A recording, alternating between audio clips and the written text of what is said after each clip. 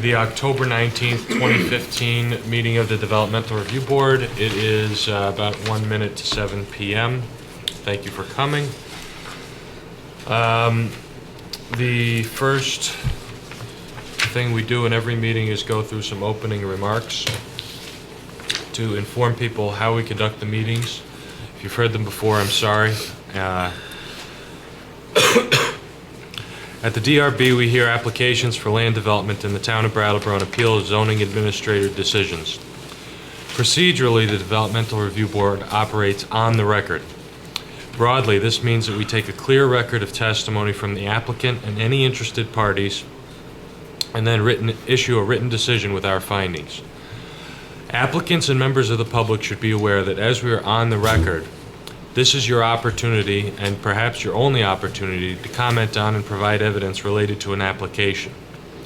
In the event our hearing is appealed to the Environmental Court, the court will not take or consider additional evidence at its hearing. It will look at the evidence from this hearing, from our hearings, the regulations or applicable law, and determines if the evidence we took here tonight supports the findings and decisions of the board. Only interested persons that participate in this proceeding may appeal a decision made by the board, so I strongly urge you to participate. As we're on the record, we ask that you give us testimony just as you would in court, and that means you be sworn in under oath. So if you think there's even a minuscule chance that you might speak tonight to any application, I'd appreciate it if you rise and raise your right hand, and I'm going to swear you in. You can always be sworn in later, but you have to say that you weren't sworn in, or else your testimony is no good for the record. Do you hereby swear or affirm that the testimony you're going to give in the cause under consideration will be the truth, the whole truth, and nothing but the truth under the pains and penalties of perjury? Okay, thank you. Did anybody say no? All right. Applicants require a majority vote of the full board to succeed. That's 4 out of 7. Or 4 votes total, if that's easy for you. If we don't have a full board present to hear your application, then we will consider a request to continue your application to the next public meeting. After taking testimony, the board will close the public hearing and may vote on your application. The board will issue a written decision within 45 days of the close of the hearing, i.e., we may not offer an oral decision tonight, but we'll do a written decision. While we may vote on an application, it's the written decision that controls the timeline for any subsequent appeal. So, did any people that just walk in, are you possibly going to talk in this meeting? Is there a slim chance?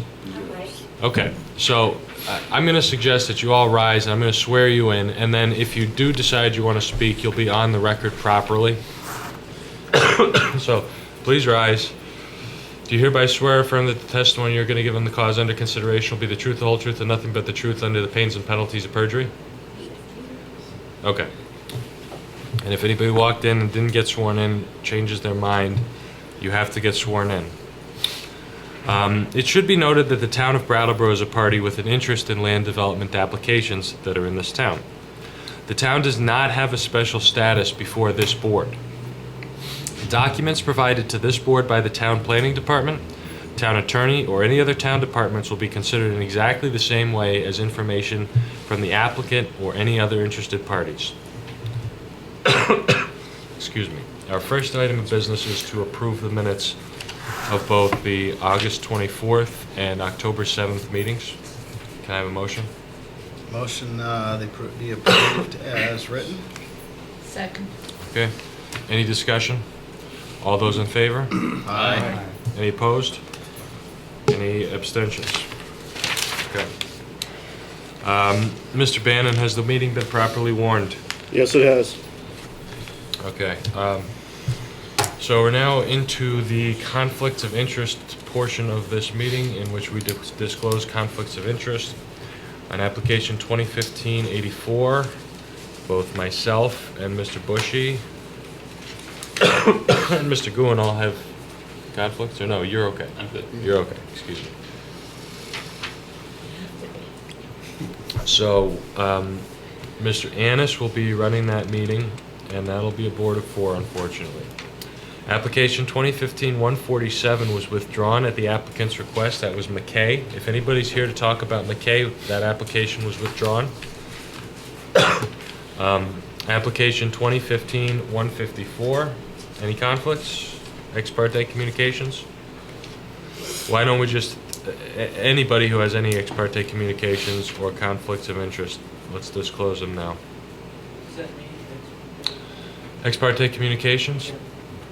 If somebody has talked to any of us about any of these applications, that's not proper for us to do, but sometimes it happens accidentally.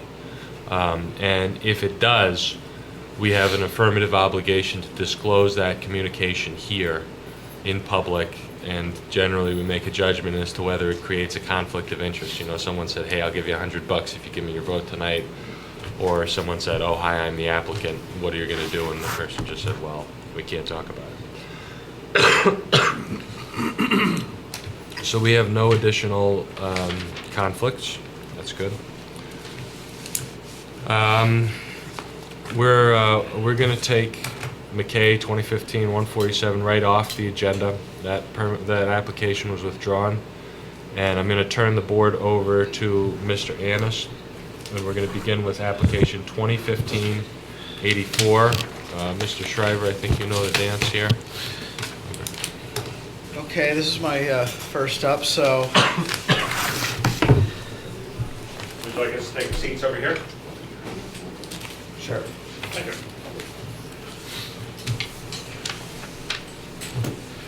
Are you going to sing that too?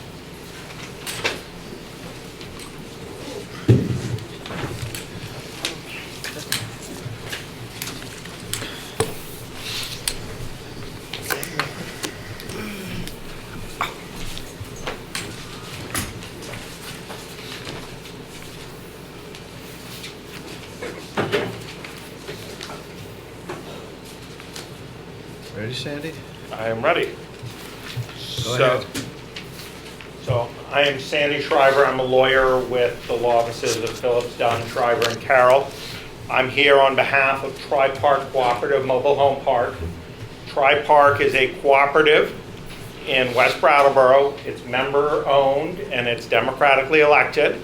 And I'm here with Carolyn Peck, who is Secretary of the Tri-Park Board of Directors, and Nancy Shirk, who is a neighbor of the Whittles and is not on the board of directors, but is simply here to talk, provide information, and provide a timeline.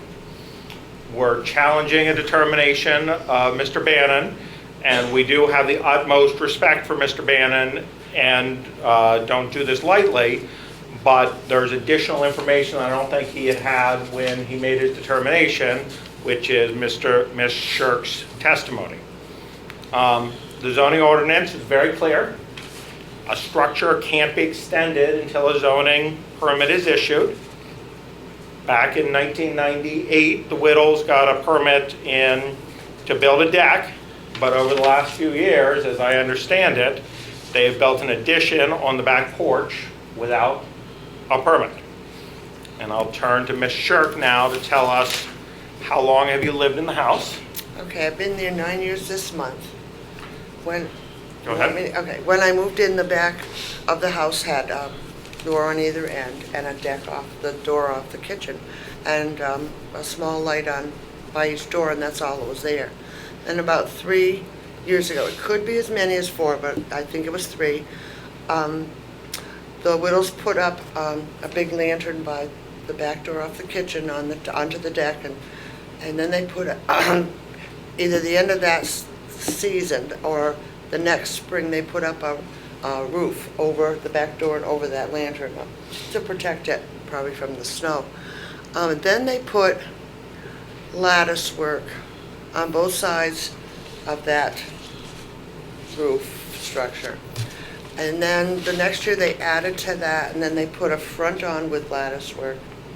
Then they put a door on, and then they enclosed the whole thing in plastic. But I'm only here to say that this happened started about 3 or 4 years ago. That's why I'm here, just to, I mean, I live right on, it's plateaued, I live right above them, so that's why I was aware of it. So Ms. Shirk has a clear view of the back porch. We've submitted pictures of this addition. And as you can see from the pictures, it's a fairly substantial addition. We invite you to come up to Tri-Park to view it, if you would like. Mr. Bannon's indication had some listers cards that showed a 4x4 something on the back porch in this approximate area.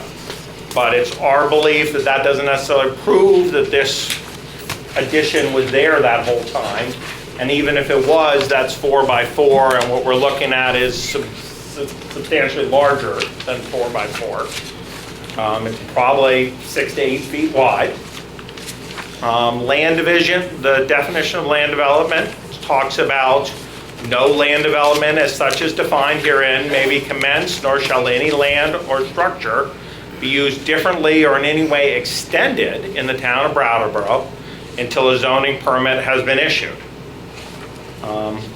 We understand that the rule of thumb is that there's any change to the footprint of a building, that takes a permit. This appears to be a change to the footprint of this building. And although this may seem like a very minor addition, imagine a mobile home park that is tightly packed in. Small changes to a building affect neighbors who are in close proximity. And we believe pretty strongly that a matter of public policy, the zoning ordinance is absolute and it should apply to all, and we want it equally enforced across the board. Do you have a picture other than the one that was in the, because we have no picture other than the one that was in the listers. So the original application had some photographs with it.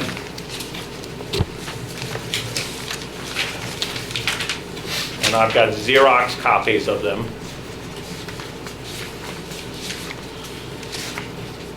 Can we see those, Sandy? Yes.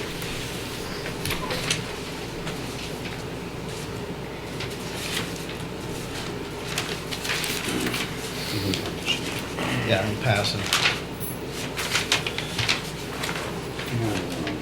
Okay.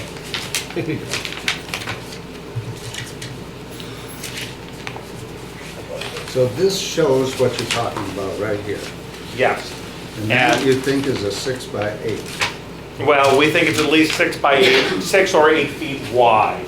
I don't think it's 6 feet deep.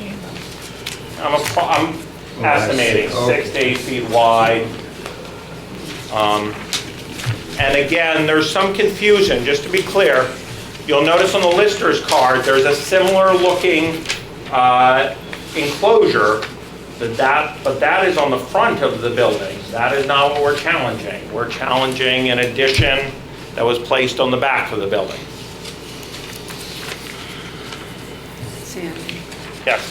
I just wanted to add something, that the original application was in 1998, and on that application it says that construction must start within a year.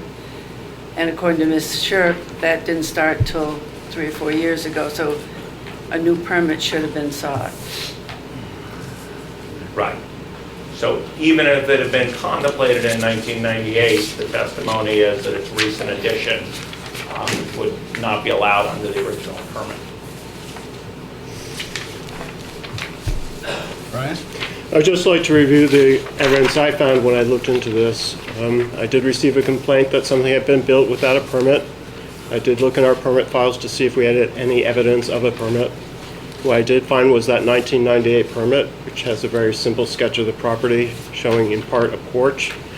The porch permit doesn't have anything pertinent to that. It doesn't have any steps or, a step coming down from the back door or any other detail, just a rectangle. I went and I talked to the homeowner and I asked them if in fact this had been a recent addition, and they said no, it had been built originally.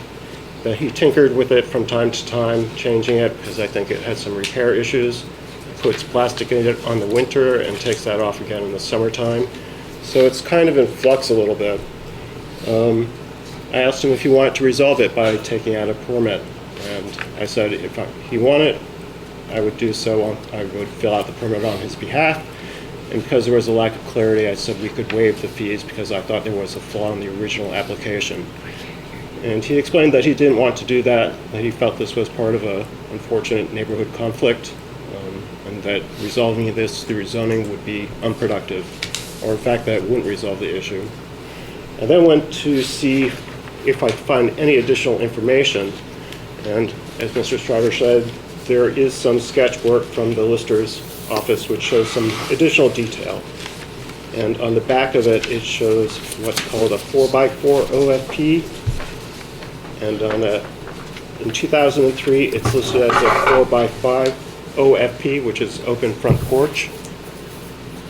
In 2008, it's a 4x4 OFP. At this point, it's been moved on top of the wooden deck because they switched their sketching software so they could do more detail. And then the most recent card also has that listed, again, as a 4x4. So it seems like there was something present there, and there might be some mild flux, and again, the homeowner did say he tinkered with it from time to time. So the question is, given the lack of clarity, a history on the homeowner's part of taking out permits and being, obeying the zoning code, should I take that ambiguity of record into account before doing an enforcement? I felt I should. I thought that the homeowner's word was worth something. I understand that there's some confusion about this. I would have liked to resolve this by just issuing a permit on his behalf, but he felt there was some matter of principle involved and that wouldn't solve the problem. But I think it would be inappropriate to have a minor change like this lead to a zoning violation, even if it did happen. I think it's entirely possible that there's nothing here except poor record keeping and a non-engineered site plan. And in response, with all due respect to Mr. Bannon, and I appreciate his diligence in investigating it, what we have here is sworn testimony that there is a recent addition, and Mr. Bannon's only got secondhand words and pretty incomplete and imprecise old town records. In particular, there are property sketches used as the basis of grand list, so. Right. I recognize Dave Whittle. Yes, if I could make a point here. Yeah, I'm Dave To the mic, Whittle. Dave. Yep. I'm Dave Whittle. To the mic, Dave. I'm Dave Whittle. The deck was built in 1998. After I built it, I realized that I hadn't put a request for the stoop on it. I called the office, talked to Jamie, who was running the show at the time at Tri-Park, and I asked her if I needed a permit. She said no.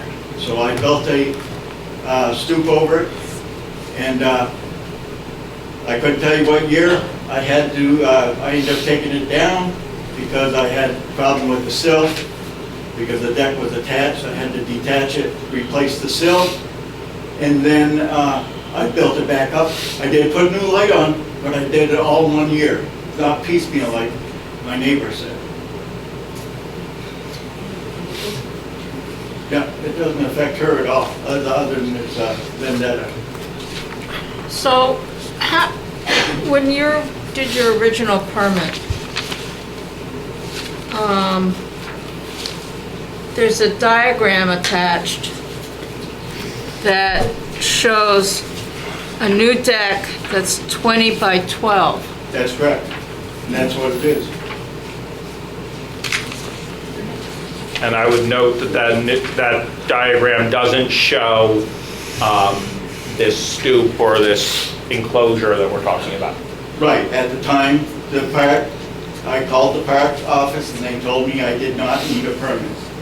Because if they had said I needed one, I would have reapplied.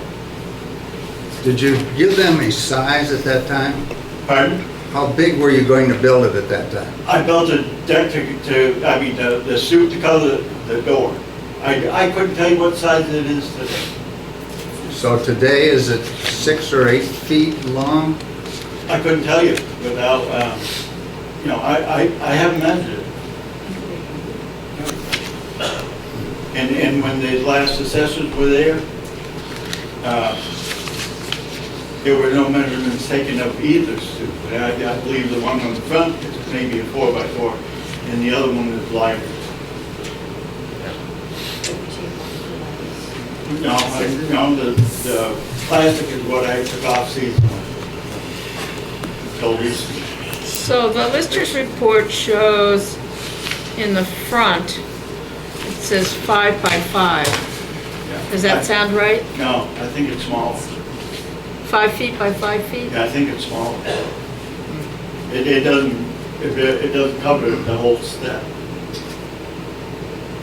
And on the back, it shows 20 by 12 with a little 4 by 4 square in the center. I don't know whether that was the door. I couldn't tell you exactly what the measurements are, man. I know that the deck is 12 by 20. That's what it Brian, is that what that indicates? Now that they have new software, is that the stoop, the 4x4? Yeah, it's labeled OFP, Yeah. open front Yeah. porch. Okay. The software from the lister's office, assessor's office, is pretty generic. It doesn't go into much detail, so. Sandy? So just with all due respect to Mr. Whittle, as we all know, an oral representation of the zoning administrator shouldn't be relied on for construction. An actual permit is what's required. And having looked at the ordinance recently, I'll defer to Brian. If you take something down, there's a certain amount of time you have until you rebuild it. And I don't know if that time period was met here. It's 1 year, Sandy, Right, I thought so. so it seems like he has met it. He did not meet it. He said that he did. No, it was, Oh, I'm sorry. it was all done in one summer. I took it down, I fixed the sill, put the siding on, and then I rebuilt it. It was all done in 1 year, it wasn't piecemeal. And it's the same size when you redid it as it was originally? I couldn't tell you, I don't know what it was originally.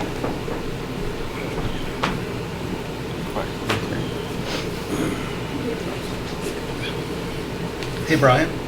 Yes. Does it meet all setback requirements, this, as was built? Yes, it does. It has no effect on setbacks because it's built on a porch, and Okay. even if it has been somewhat smaller or somewhat larger over time, it's always been on that porch, which is larger than it is. Okay.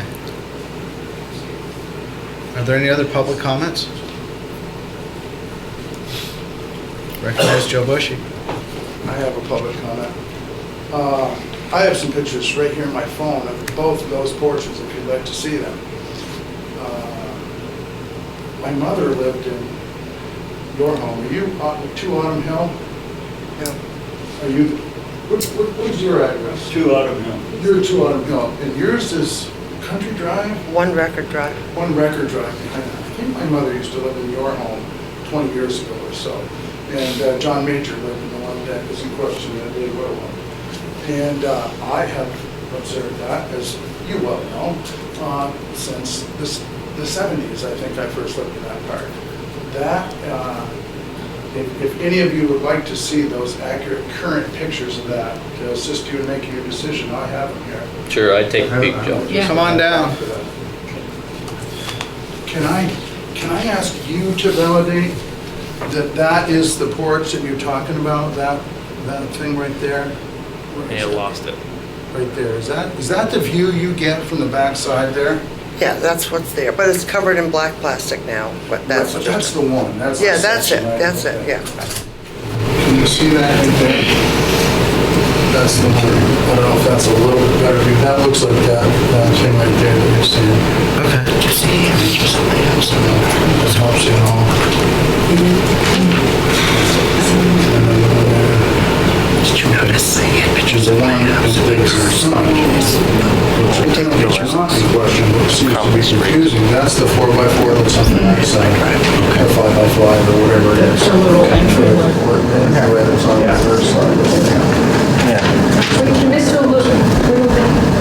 Yeah. That's your, I call back, but you call front, right? And then this is the view from hers up in the back there. Yeah. And that's, yeah. So just so the record's clear, Mr. Bushy obviously recused himself from the hearing for a reason. He has a conflict with Tri-Park, just to make the record clear. And so what is his capacity here?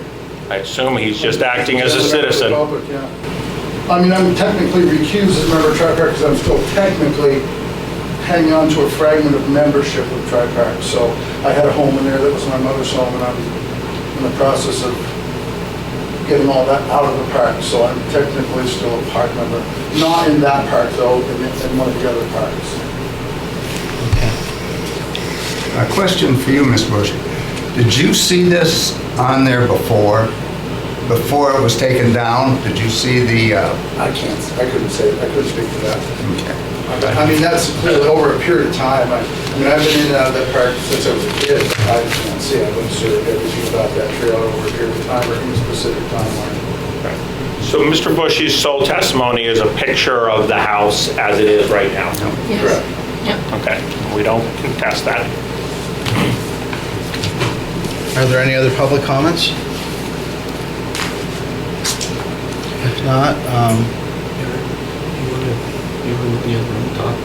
yeah, that's what I was going to say. We're going to go into the other room. Is that executive? Executive? Deliberative. Deliberative, okay.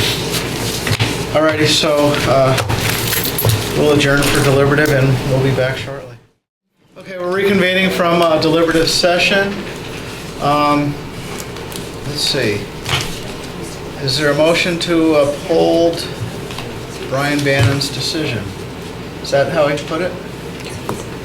Yes, and to be clear, to uphold my decision requires 4 votes in the Yes. affirmative. Yep. Okay, is there a second? Second. Okay. All those in favor? Aye. There's no opposed, so. All those nay? Well, sorry. Alrighty. Thank you. All right, thank you, guys. Yeah, I was gonna say. Joe, you want to look around the corner so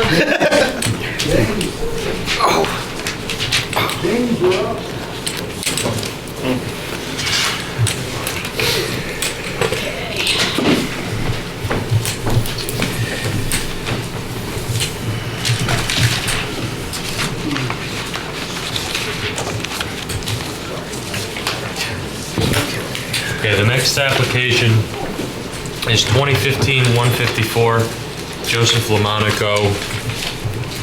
Is Joseph LoMonaco here? Oh, you're Joseph LoMonaco. If you could take a seat at the table. Oh, you got some stuff for us? Yeah. Okay. Oh, okay.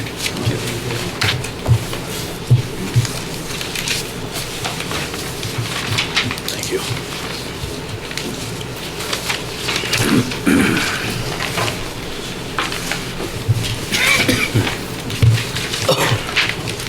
Mr. LoMonaco, could you tell us about your project, please?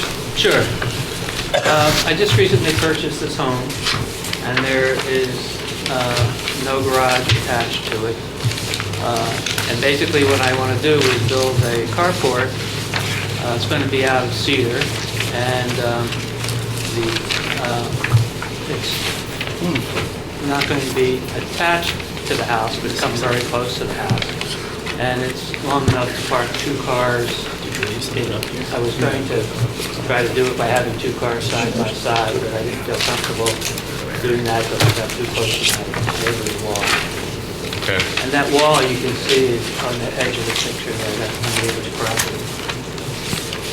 And you indicated in your application that this was going to be a convertible roof? The plan was that it seems a little tricky to do it. My hope was to be able to take the the roof down and use it as a, kind of like an arbor, or, where I can have some vines going up it and that sort of thing. But it seems pretty unwieldy to be able to do that. So the Sounds roof is like a lot of going to my be- projects. Pardon me? Sounds like a lot of my projects.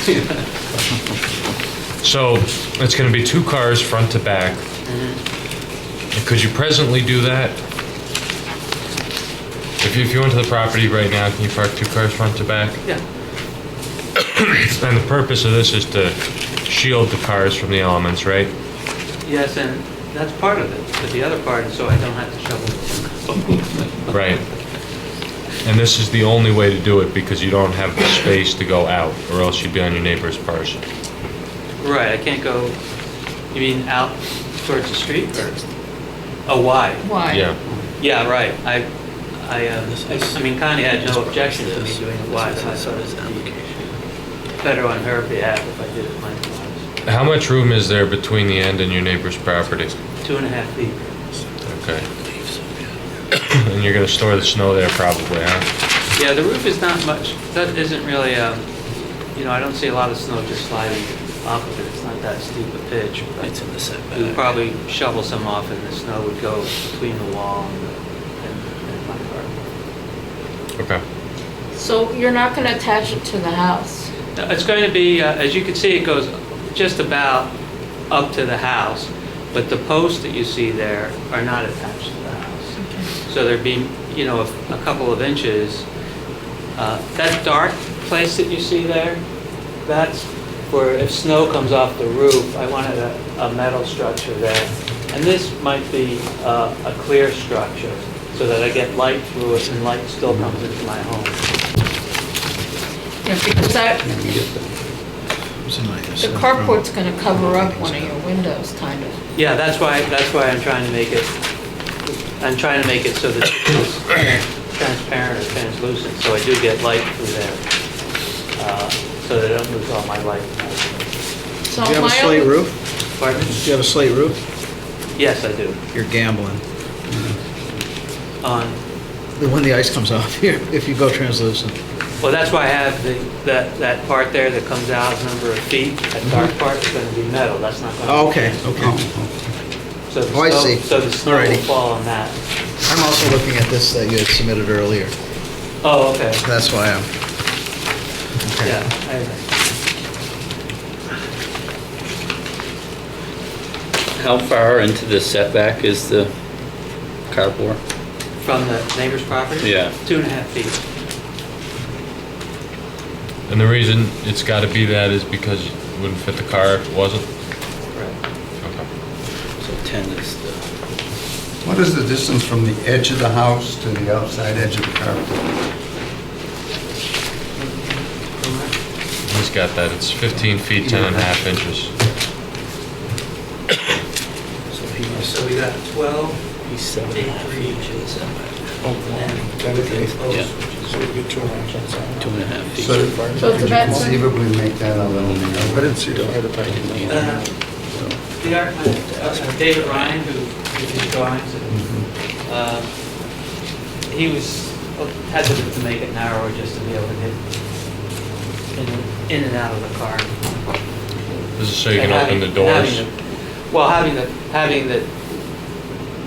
to open the doors and to leave enough, because there's not going to be any sides on this, Mhm. so that, if you're right at the edge, then the snow's going to be pounding on your car. Okay. Brian, was there any fire department memo on this? No, there wasn't.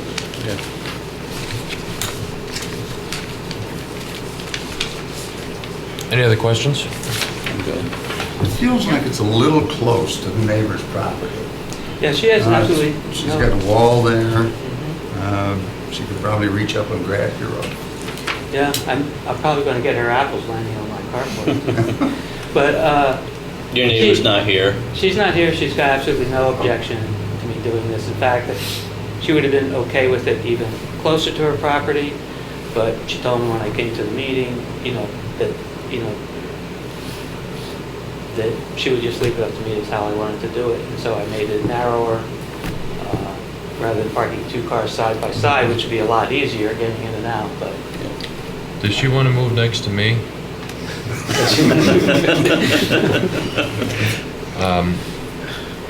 I just want to check if there's any public comment before we give them feedback. Is anybody here to talk about this application? All right. So you're not going to do the trellis thing, The trellis, well. which was in the application? Yeah, I would like, I would like to. I have one builder who's, I haven't spoken to yet, then I have another, he's giving me an estimate. I have another builder, and I'm just going to run it by him if there's a way that I could do it so that it's easy to do, because it could really be beautiful, with vines on it, and you can hang plants or do whatever you want. But it's just the practicality of, taking maybe you could flip up. I mean, I'm open to ideas if it's sensible, but it's just hard to take them off and then have a place to store them during the fall. So that would be my preference. At this point, you'd like an approval for an application to have this design with either a metal and, what is it, plexiglass? Eric? Call it translucent. Translucent material, or perhaps a removable roof.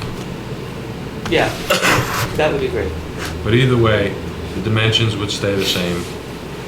The frame stays in the same place. Mm-hmm.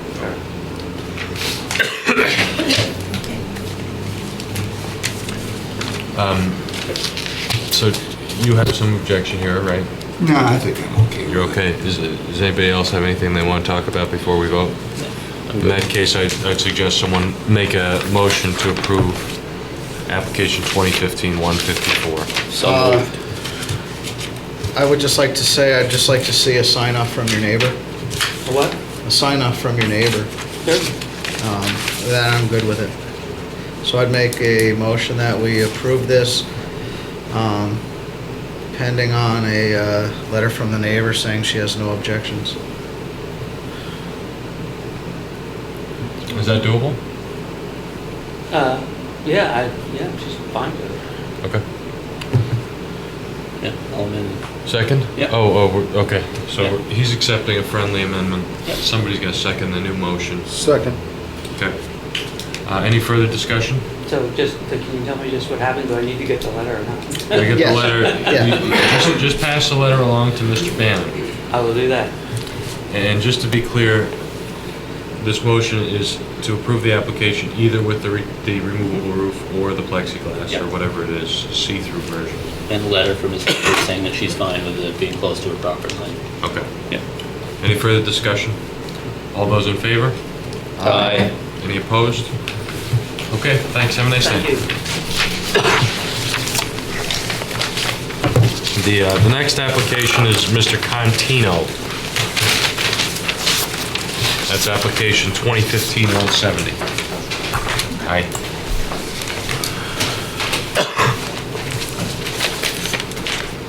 So, Mr. Contino, could you tell us about your project, please?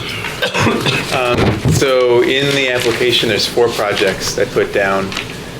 There's a porch on the front of the house, which we have since decided to discontinue. Another project is to tear down an existing dilapidated garage in back. Third project is to build a carport close to where that garage is, straight at the end of the driveway, which will be basically a really minimal open shed roof just over some posts. And the final project is a 2-story hobby shed in the backyard. A shed. Right. Anything unusual about it? Nope. 4 walls. 4 walls, roof that'll stay there.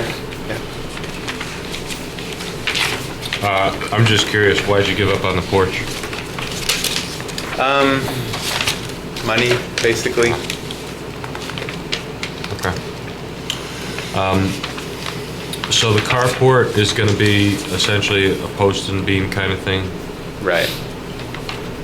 And what's the angle of the roof? I haven't figured that out yet. It'll probably be fairly shallow. Is it going to slope towards what you'd call the back of your property? Correct. Towards the studio? Yes. Okay. nothing directing it towards 51 Clark Street. Correct.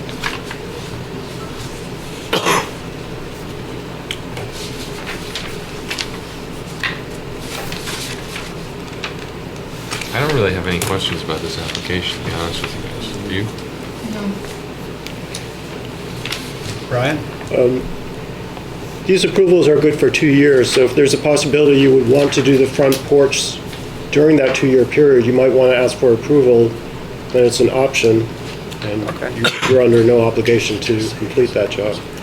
Okay, yeah, if it's possible to keep that on there, just in case. So the porch is outside the setback, right? No, the porch violates the setback. Oh, you're 4 feet into it? Yeah, my house is already in violation of the setback. What's the setback of this district? 20? It's 25. The side It's is 25, but it's... Front is The front 25. is 25, okay. Side's 10. Yeah, the actual setbacks in the neighborhood vary considerably from 0 to... Right, some of them are 0 in that neighborhood. Yeah. Right.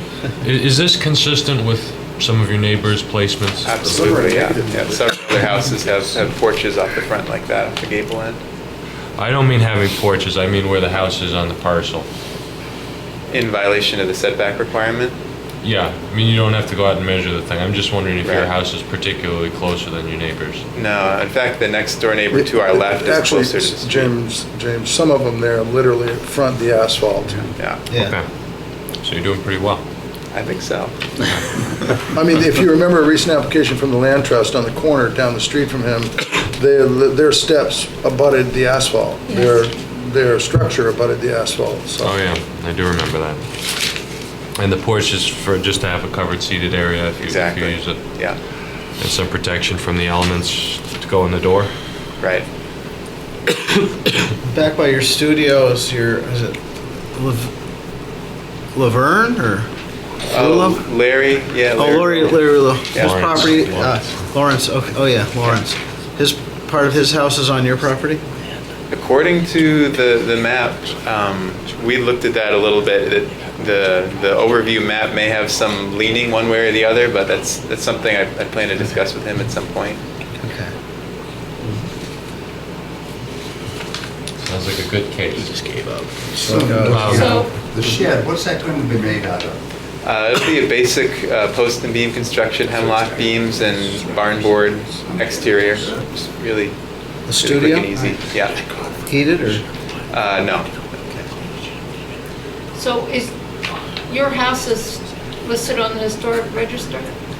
I believe so. You sent me an email to that effect, right? Yeah, it is. So we should probably include as a condition that if you decide to build the porch, that Brian has some approval of your plans to make sure it's in keeping with the historic nature of the house? Are you capable of making that? Or is there a historic that he should consult? I think I would need help, but I think there are ways you can phrase it where they'd use materials compatible with the historic nature of the Yeah. house. We can make that a condition. Yeah. And then if he builds some modern corrugated steel sort of thing, Brian can violate it. Yeah. Are there any comments from members of the public? Anything else from the board? No, I'm good. Can you just describe the porch if you were to build it, so we understand what we're approving a little bit? Yeah, it would basically be a shed roof off of the front gable end of the house. It would extend 6 feet out towards the street. Metal roof? Probably a metal roof, yeah. And we would have, it'd basically be a lot of single pane windows that we'd use with lots of grills in them, so it would look pretty historic. There are a couple other houses that have them on the block that we had in mind. We'd use clapboards around the bottom, so it would Oh, it's mimic more it. of a three-season porch kind of deal. Exactly, yeah. Okay. And no plans to insulate it. Okay. If there's no further discussion, I'd suggest someone make a motion to approve application 2015-170. So moved. Second. Okay. Any further discussion? All those in favor? Aye. Any opposed? Any abstentions? Mr. Contino, thank you. Have a nice day. Thank you. Good luck. Thanks. Nice. Yeah, coming along. The next application is Brant Webster, application 2015-176. Good evening, Mr. Webster. Good evening. How are you? I'm fine. Yourself? Good. Good. Can you tell us about your project? Yeah. What I'm trying to do is subdivide my current property at 59 Greenleaf Street, which is around an acre. And the engineering was done already for the proposal.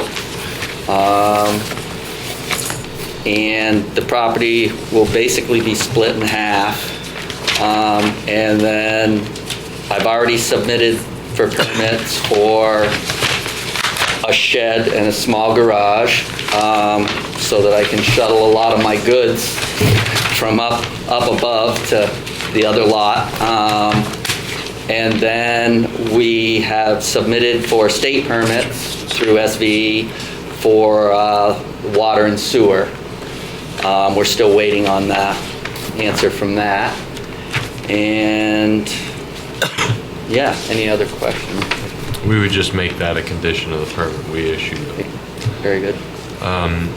What's the purpose of subdivision, to put another home there? Yeah, downsizing, empty nesters. Oh, I see. So you're gonna live there eventually? Is that the goal? Yeah. And sell your own house? It's already sold as long as the subdivision goes through. I see. Tiny house? Ish. Probably 20 to 30 is what we're looking at. Hopefully poured foundation, and then just like a half loft upstairs, so around 900 square feet maybe. Sure. Kind of cut in half what we have now. This is an example of an application that wouldn't come before us under the new bylaws, right? No, it would have to be approved because it's creating a new lot. Oh, okay.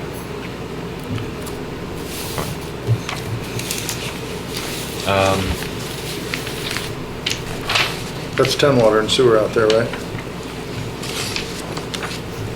Town water and sewer? Yes.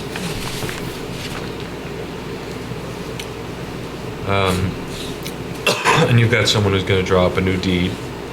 Pardon? You got someone who's gonna draw up a new deed eventually and file it on the record, right? Yeah. Any reason you couldn't do that within 90 days of our decision if we approve the application? I don't think so. So when I looked at the property, saw a house and then there were some other buildings in.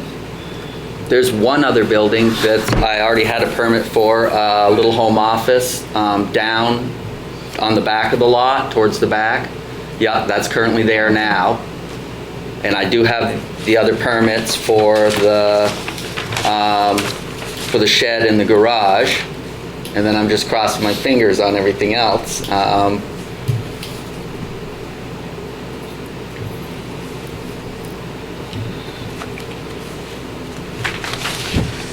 This is another one. I didn't really have any questions.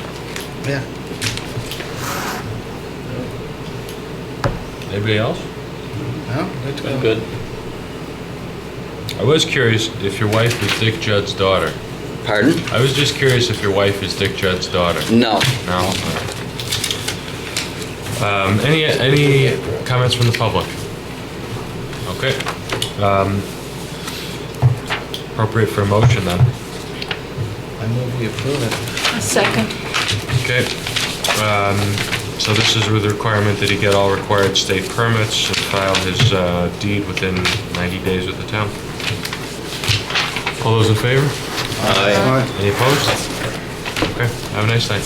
Thank you. Thanks. So you are still around here. I haven't seen you in years. But I was close to leaving, but I just can't do it.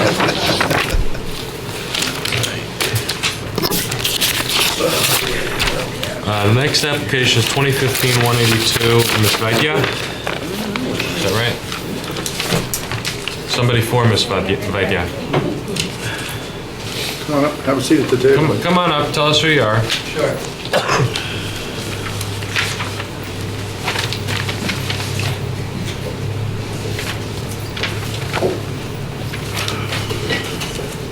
Hi, my name is Ari Rockman Miller, and I'm an associate attorney at Consultant & Giddings. And my client is USA Group. They own the Black Mountain Inn, newly rebranded and renamed to Monica and Pratima. And we're here today to appeal the decision of the zoning administrator denying an application to reface a ground sign. The ground sign is a legal non-conforming sign, so it's essentially a grandfathered sign. My clients have been in business for 30 years at this spot, and over the years have significantly reduced the sign's degree of non-conformance on numerous occasions. I want to emphasize first that this is really not a change in ownership. It's the same owners, same family-owned business. It's not even really a change in the sign. I mean, the structure is going to be the same. It would be refaced to reflect a new brand and doing business as their DBA name. The reason why the sign needs to be refaced is that they were formerly America's Best Inn, and their contract with Vantage Hospitality, their contract with America's Best Inn expired in light of the fact that Vantage Hospitality acquired and is actually discontinuing that brand.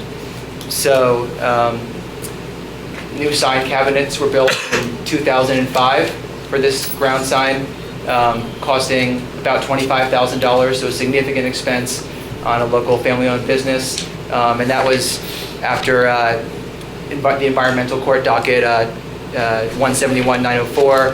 A final stipulation was reached in which my client installed these new sign cabinets, which significantly reduced the degree of non-conformance of the sign, really to the maximum extent possible without compromising the sign's structural integrity and safety.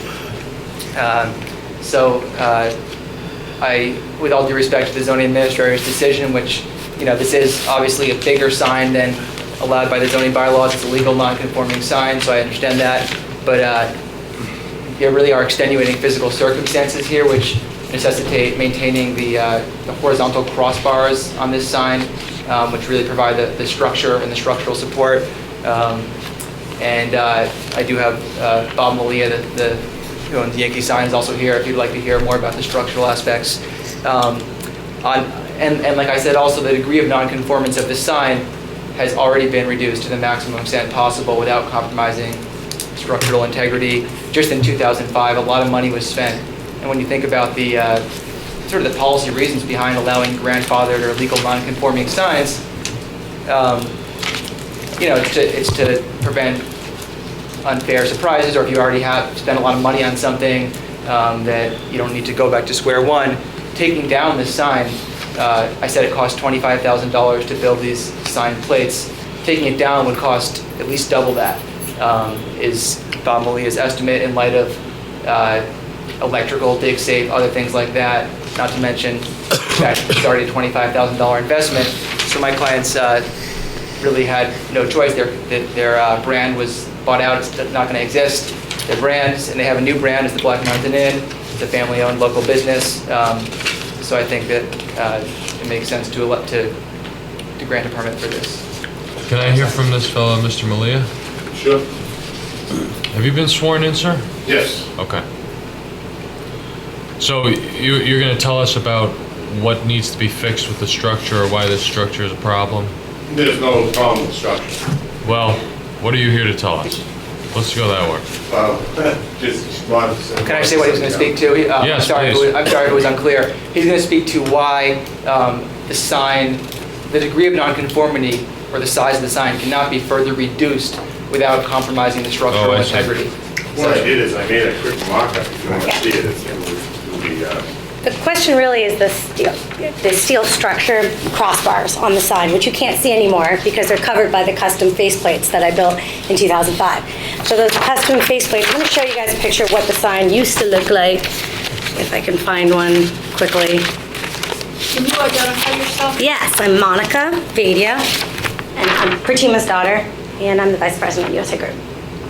So I can bring this over and you guys can take a look at it. Yeah, you can bring it right up. This is, okay. We'll just pass it down. So this is what the sign used to look like, and the only reason I need to really show it to you now, other than the fact that you can see. Here, give it to him and Give it to you. Okay. So you can see the one on the bottom with the MOTL, that was the original sign when we purchased the property. It was gigantic, if anyone remembers it. And the one above there, the Days Inn sign, stands 15 feet taller than the one we see today, and it's 56% smaller. So I made a huge square footage reduction in 2005, and I was able to do that and try to find a way to appease the town but maintain our sign because it was the only one at the time. We used to have 12 signs in total when we purchased the property from Norman Bono, and at that time, I'll just show you guys, we removed all those signs so that we could keep that one large main sign, have one road sign. And the custom faceplates sandwiched the metal framework because this sign was built in the 60s, I think. And that's how they built signs back then. We obviously don't build them like this now. So the custom faceplates kind of cover the steel structure. And the steel structure, the two crossbars, they're the only ones that are on the sign. I'm going to have Bob pass this over too. And now Bob can explain to you why those can't go. Well, originally there was a massive sign on top of the crosswalk, all the steelwork is in that sign. Like the removal of that would be very costly. All the steel involved, electrical.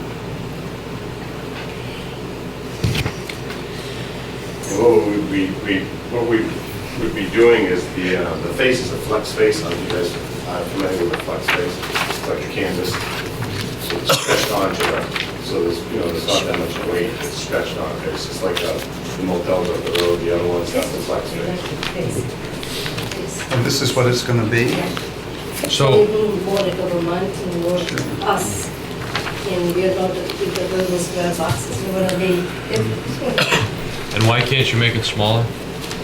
Well, The cost of removing the steel, the structure, if you make it smaller, this is going to look like. I guess what I mean is why do you have to remove the steel to make it smaller? You don't, because of the center.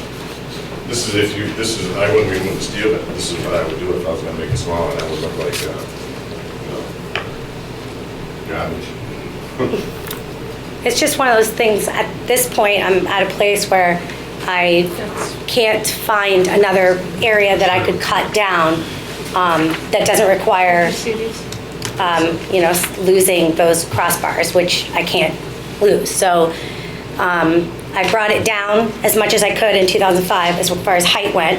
And as far as square footage goes, that last image is to kind of give you an idea of what a 32 square foot sign would look like on that framework, which I can't even, like I said, I know in 2005 I spent a lot of money to build something custom to cover this framework in the hopes that America's Best Inn would be a growing new franchise. And obviously something has happened now and that franchise is defunct, but it's left us in a wonderful place to market ourselves as an independent property, which I think is going to go with the look and style of Brattleboro and with Vermont. We've been doing business here for 30 years. I can say strongly a lot of it is based on that sign. I meet travelers every day. Most of the people I work with aren't from the town. So I get people that pull on to our property and ask me where neighborhood things are all the time. I'm a local restroom for so many travelers. And since that's the only sign I have, and I recognize the fact that it is large, I don't really know what else I can do to further conform that sign to a place that I feel like that would keep the integrity and the safety of the sign and the affordability. To be honest, it would be unaffordable really to try to do anything that Bob has mentioned. I've looked at this. I've racked my mind over it, and to look at anything that requires, other than that last image, which I think we can all agree on is pretty unsightly. And I have a I have almost 400 feet of frontage on Putney Road. So it's an expansive property, and most of it is frontiered by a lot of landscaping. I planted most of those trees with my parents there. So there's a lot of greenery. The property is far set back from Putney Road, so you don't see, a parking lot. The only real face I have for people to see the property is really to see the sign, because they're, I'm not sure. A lot of people don't even know I have a pool, because there's a pool there behind a lot of landscaping. So. When you change the skin of the sign, that's what would be happening here, right? What's actually physically happening? Do you tear something out? Yeah, basically it's like an awning on the side of the building. You just take a razor knife, cut it out, and you can install new clips and then stretch the canvas on. And is it actually canvas or vinyl? It's called, it's like a umbrella. It's a similar family. It's a coolie bright. You could Google like coolie material. But what you're putting on there is the same thing that you just took off, just with a different image on it. Just a different image, and it'll be printed. The image will be printed on.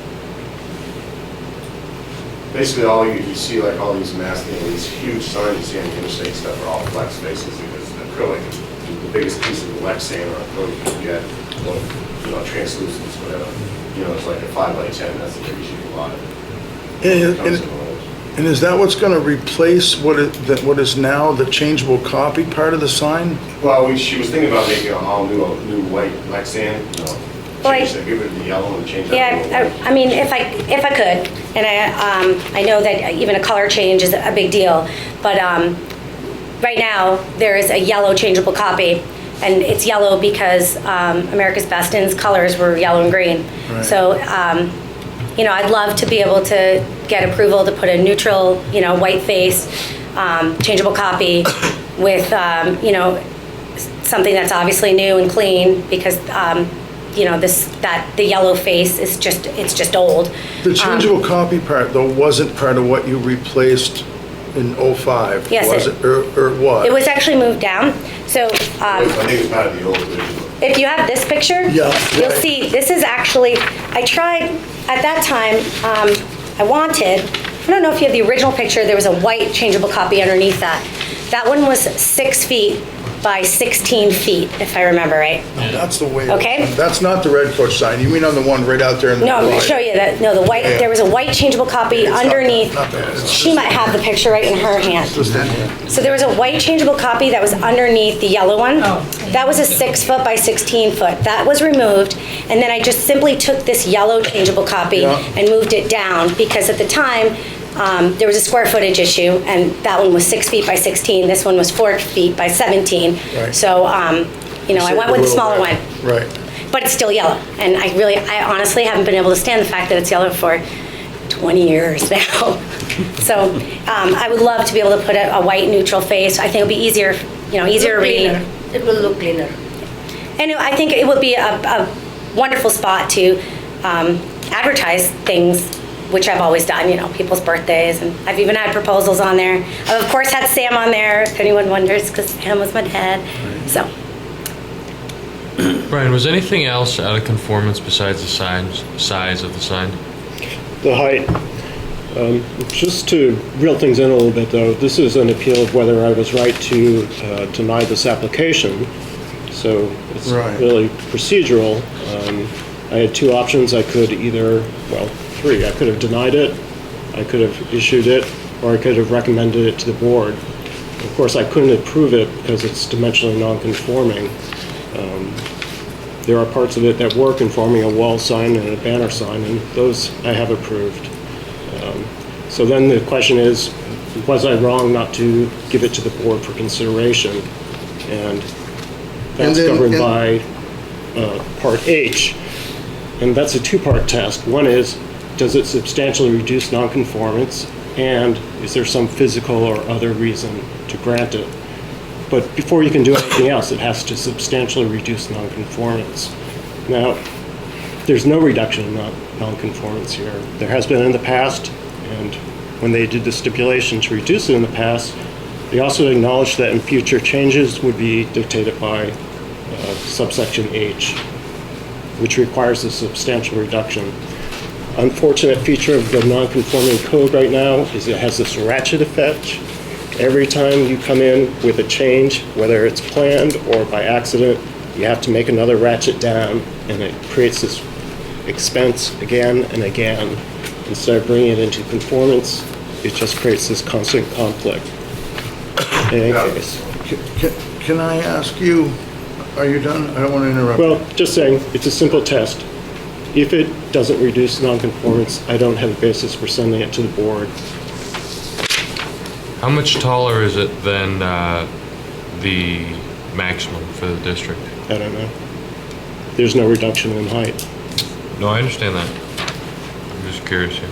So are you saying if there was any reduction in, non-conformance, would then allow you to propose it to come to the board where we would then, I hate to say it, I'm hung on the paragraph in H2 or whatever here where it says rewording of a sign for an existing use and ensuring uniformity in background necessitated by the rewording shall not be deemed to constitute sign alteration. So would that not apply here, or does it need to meet the primary threshold of even the slightest reduction in nonconformity before it can then meet that merit or not? Well, I think the board has dealt with things where there's been a rewording of the sign, for instance, the Panda North sign. In that case, it's a changeable copy sign, the text changed. They didn't propose any new logos. They did change the color of the background for legibility.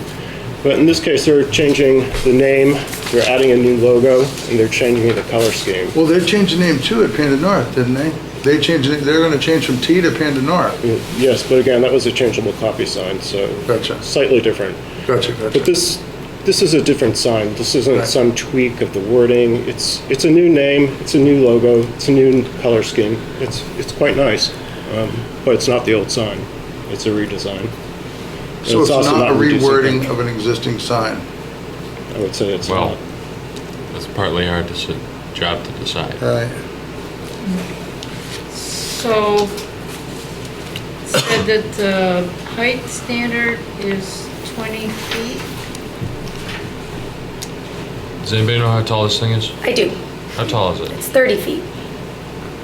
If you count the foot, there's a box. See the box on the bottom of the, do you guys have this from the permit application? So there's like a flower box. That's a few feet. Hold on a second.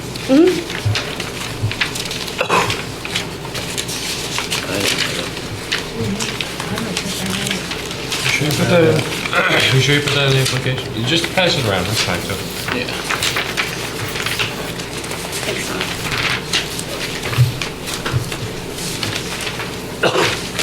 So there's a flower box on here? Yeah, on the bottom, that's about, I think it's 3.5 feet. But from there up, it is 30 feet. So that would be. So it was taller before 95. Oh, yeah, Yes. it was a. So basically, Yeah, Pretty there's a- substantial reduction. Right, a significant concession was made in 2005, right? I can actually, I can show you. It was 15 feet taller. And it actually stuck out a lot longer if you see the old one. And it sat on top of that top crossbar, which you can maybe see just a slight bit of the edge of it. Like I said, it's hiding under the framework, but if you look at the original pictures, you'll see the crossbars. I was able to remove the part of the crossbars that hung over, but I can't remove any more of them. As I understand, there's, for wind and balance, there has a lot to do with that. And plus, I have no clue how long, we estimate maybe the steel posts go under the ground 6 feet or 7 feet. I have no idea. So, I hate to make you get up when you just sat back down. She just mentioned a reason why you can't cut the sign down any further. Having to do with wind or something? The existing cabinets are welded on. That'd be very costly. I mean, I didn't install the existing ones that are on top. So you'd have to basically probably have $2 million. I mean, to lower the sign or lower the structure? To lower the structure. Oh God, that would be, you get square tube, you get I-beams, that would be a problem- round tube yeah. I-beams. Then you compromise the. well, the problem is this is the real problem. These are the only two crossbars in the sign. So the only horizontal work in the sign are unfortunately at the very top of where I have the sign hung now. And that's why we put it there in 2005, because who wants to look at that? So I don't have anywhere else. I mean, we could of course, put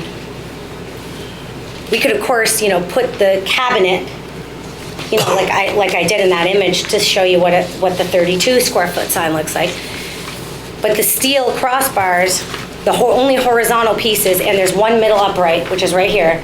So they're the only two horizontal pieces on that sign. So the rest of it is just two large uprights. Because I don't know if you remember back in the day, you used to be a Days End, big round half. Top of it. And before that, it was individual neon letters. Big boxes. You can actually maybe even see it on here. And I would point out again just that it's not like in terms of the question of even the rewording of a sign for an existing use and ensuring uniformity in the background color. This wasn't just a decision to redesign a sign just to make it look different. This was really their brand is no longer. So, and if anything, the new color scheme is a lot more low impact than the yellow and red. So they invested $25,000 in this just in 2005, and at this point, they had the brand is defunct. So that there's really little option to continue with the same color scheme and the same America's Best brand. Just so I'm gonna have my mom pass around. So Vantage Hospitality is the franchise group that bought out America's Best Inn. They're doing away with it because they already own a competing name, which is America's Best Value Inn. So there was no choice for me. It was either go to like super cookie cutter land, or since they've eliminated this brand because they basically purchased it for a strategy, and I'm kind of left with I can't keep continuing using a name that's not mine to begin with. So I am USA Group. That's what we've always been for the whole 30 years, and that's just part of the hospitality industry. They work with franchises. Sometimes that works. In this case, it's no longer working.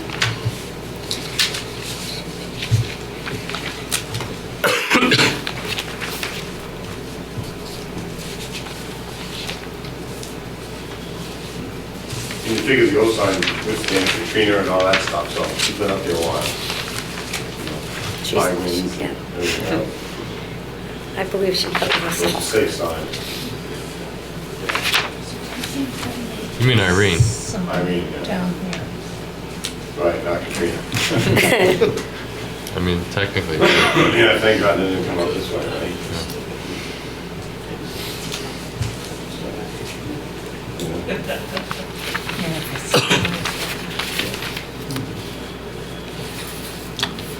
This, the yellow and green sort of wavy pattern is where it's at right now. Yeah, but it doesn't, yes, it's kind of, yes, it is, it's got the yellow and green wavy sign, but that one that's an actual image isn't what it is. The one now is obviously lower and smaller. Right. I don't want to change anything other than, than just that. And if I could do the white, is it Lexon face. It's unbreakable.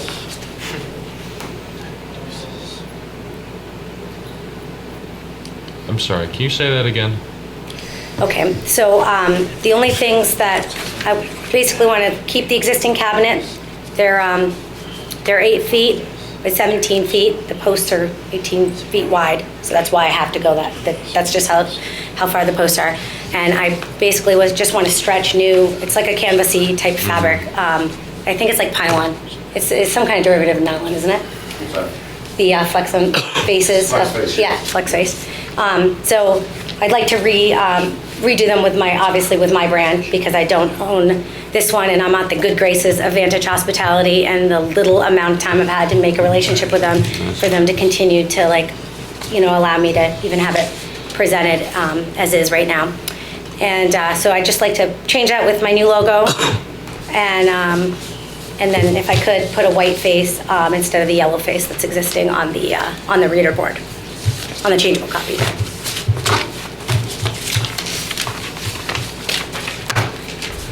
I move that we go into deliberative session. Second. Any discussion? No. All those in favor? Aye. We're going to talk about it for a second. Sure. So, the scope of review here is whether the zoning administrator was incorrect when he rejected this application. Whether he should have either accepted it or whether he should have referred it for us to consider whether perhaps a reduction in nonconformance would allow the changes that the applicants requested. The redesigned sign, it changes more than just the wording of the sign. It's got images behind the wording of mountains and trees, and it is really quite nice. I'm sorry. But the challenge for us is that we can't see any way other than to conclude that that's a redesign. And if it's a redesign, then some aspect of the nonconformity needs to be reduced, whether it's height or size. And if it's not, then we don't have a legal basis to say that Mr. Bannon's decision was wrong. That said, if the applicant could come back with, excuse me, I mean, we're sympathetic that this is not something that you guys created, and if there was a way that the applicant could either come up with a way to reduce the nonconformity so that it might be something we would evaluate, or reword the sign and change the background only to ensure that the rewording looks okay, which would probably mean like deletion of the logo and ensuring the continuity of the colors. That would not constitute a sign alteration under 4502H, which the applicant is bound to follow under the terms of its June 2005 stipulation. And we all agree, I think, that that would not be an alteration and then not create the situation where there needed to be a reduction in nonconformity. So, I mean, we feel bad, but the law is fairly clear, and we can't say that Mr. Bannon analyzed the law incorrectly. So I think I have to entertain a motion to deny the appeal of application 2015-182, or affirm Mr. Bannon's decision, I suppose it would be. So moved. Second. Any further discussion? Did you want to say something, Brant? James, we're at a kind of complicated moment right now in the zoning code because we're adopting a new code and new applications come in under that code. Or in fact, at this point, they're reviewed under both codes for conformity. Are you asking them to come back with an amended application or a new application? Can I ask a couple questions quick? Let me answer him first. Yeah. We're not asking them for anything in particular. We just wanted to make the applicant aware that we're open to alternatives that find a way to fit within the statutory scheme. But this particular application, we can't reverse your appeal. We find no legal basis to do that. So what I'm saying is they made this application before new regs came in. Right. If you're allowing them to modify that application rather than just turning it down, Right. if you're keeping the matter open, Right. then And it they will be can- continue to be reviewed under the existing regulations. That's fine. Which could consider, which do you believe to be more considerate of their Yeah. needs Yeah, it at would this be. time than the future ordinance would be? Yes. Right, so somehow however we act on this now, we should act in a manner in which to allow them to keep that application open, which has been previously submitted prior to that changeover. Is that what you're suggesting? I think we could just note in our reversal that we'd allow them to resubmit an application under the current zoning ordinance. I don't think we can do that easily, can we? To I just think say that's- that they can get a pass for it when everyone else forward of that line can't? Wouldn't we have to keep their application open? That application, the application they have on task right now that they're appealing the decision of, can that stay active? Here's what we can do. We can stay our decision for 90 days. Right. So they know it's coming now 3 months down the road. But so they'd have 90 days under this current zoning Their ordinance. application would remain open for amendment for the next 90 days, and we'd note that we'd reconsider it if the zoning administrator makes a different decision. Could that work like that, Brian? Yeah, so you're not closing the hearing, you're just continuing it, basically, aren't you? Pending. Well, if you're giving them the opportunity to resubmit a different application that would, in their interest, hopefully elicit a different result from the zoning administrator, then we aren't passing a decision, we're passing Yeah, but the thing is, we can't appeal it. We can't get it. This is an appeal of a decision Mr. Right. Bannon's already made. Right. If they file a new application, we can't make a decision on the appeal of the old application, I think, that relates to the new application. But the reason I said to stay this was because I don't want them to be barred by collateral estoppel or something from offering a new application.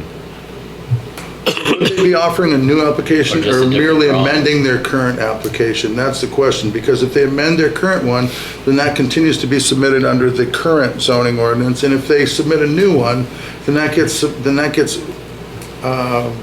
reviewed under the new rules. Have you read the new rules and see how those apply to your client's application? Those could change if the select board doesn't Right, approve them. right. So, yeah. I have a question about what you guys said. Let me just untangle this ball of yarn. I'm sorry. Sure.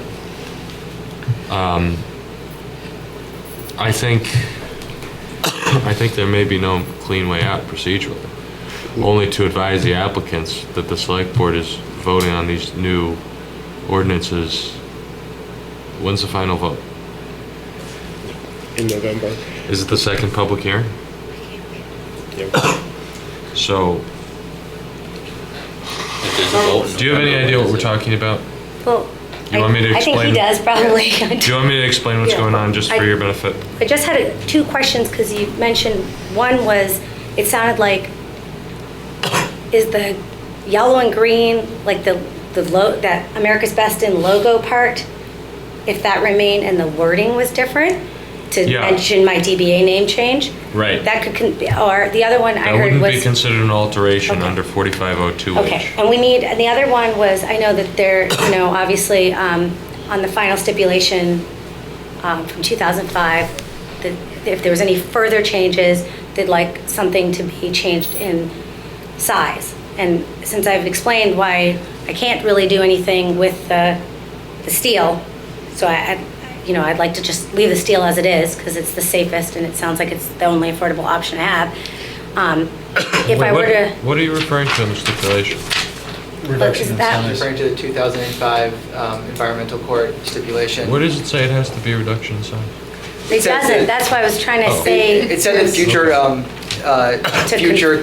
alterations would have to conform Right. to 4502H of the zoning code. Yeah, I mean, it could be a reduction in height too, I think. Well, see, so that's what I'm asking, is that because the crossbars are where they are, I don't have much I can do with height, but there is something I can maybe do with the reader board, the changeable copy. I could go a little smaller there, and that's what I'm asking, is that what you mean? Is that something? We might not approve it, Okay, but he might not deny it, because if there's some reduction in conformity, the zoning administrator may say, well, I'm going to refer this to the DRB to decide if it's enough of a reduction to accept the change. And that's something we decide, and it's a little more subjective as far as the decisions we make go. Okay. So what's going on, what we were all just discussing here for your benefit is the zoning bylaws in this town, the ordinances were written in what, 86? And they haven't really been rewritten since then. The Planning Commission is rewriting them, and there's a final draft pending. And the Select Board is going to vote on the new bylaws on November 10th. If you were to submit a new application before November 10th, I can tell you with confidence that that application would be based on the old ordinances with which we are all very familiar. The Select Board might accept the new ordinances at the November 10th meeting. They may make changes, which will cause the whole thing to take a lot more time. They may just deny it, and good Lord, I don't know what would happen in that event. But the point, I think what Mr. Bannon is trying to alert you guys to is that if you want a predictable situation, which I think we're trying to offer you under 4502H, you should file your application before November 10th to be safe. Yes. File. And if you want to look at the new version of 4502H, what might get accepted, it's on the Planning Commission's website, or is it the Planning Services Department website? You can get to it from Brattleboro.org front page under Town Projects, and it shows the new zoning code. So if you want to know what it's going to be, you can look that up, and you might feel that that's more beneficial to your application and that it's better to wait. Although I can't, I'm in a place where, with Vantage Hospitality, as you know, their contract is expired. And not to mention, I have guests all through this last month, because I've been operating as Black Mountain Inn since September 1st. Mm-hmm. So I have had guests during my busiest season being like, where are you guys? I can't find your sign. So I do know, I definitely understand time is so of the essence for us, and especially because no one wants to, I'm sure Bob doesn't want to work on this thing in the winter. But I think if there were a way within the law to do it, we all feel for you. But the problem is, we just couldn't get there. Okay. Under the language of the rule. And that's why I'm spending a long time trying to suggest ways that might work. But directly overturning him requires that we find that he misinterpreted the law or the evidence. And we can't reverse him without at least 4 of us agreeing that he did that, and frankly 0 of us feel that way. So So can I make a statement? Sure. If the logo similar to the America's Best right now, would that be acceptable, just changing the face? or even the colors. Yeah. I mean, the way the statute reads says you can reword it, and you can ensure uniformity in the background necessitated by the rewording. So there could be some alteration of the background to make the new rewording look good. The challenge for us is this is really a redesign of the background. It's a whole different thing. But I think that there is some freedom under that statute, ordinance, to play with the background a little bit to make new words look a little better, so you don't have a line going through it or some awkward situation like that. And it would just be a matter of just a face replacement, no big deal, right? That's right. Yes. Or you could reduce something. So just remember, you still need to file an application. But for what it's worth, back to my point there, if they file a new application rather than somehow continuing this one that's currently on file, that will absolutely be on whatever the new ordinance ends up being. If they file before November 10th, they're sure to be on the old ordinance.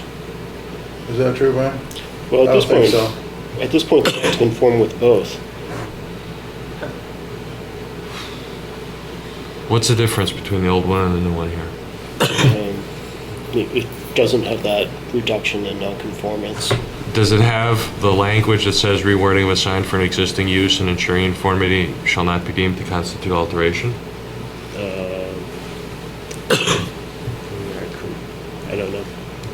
If it has that same paragraph, I think it would be an academic argument. Right. If they do what he just asked about. You're right.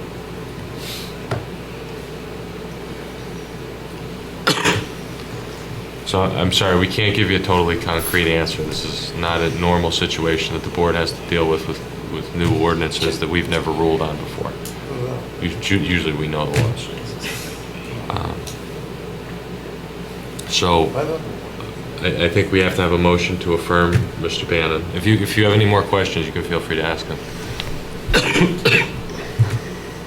Okay, let's have this motion.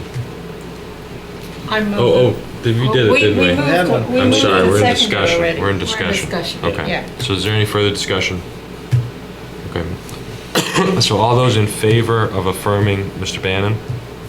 Aye. Aye. Any opposed? Mr. Bushy? Any abstentions? Okay. So have a nice night. I'm sorry. Hopefully we see you again soon. All right, thank you. Do they want all their pictures? Oh yeah, you probably want your stuff back, right?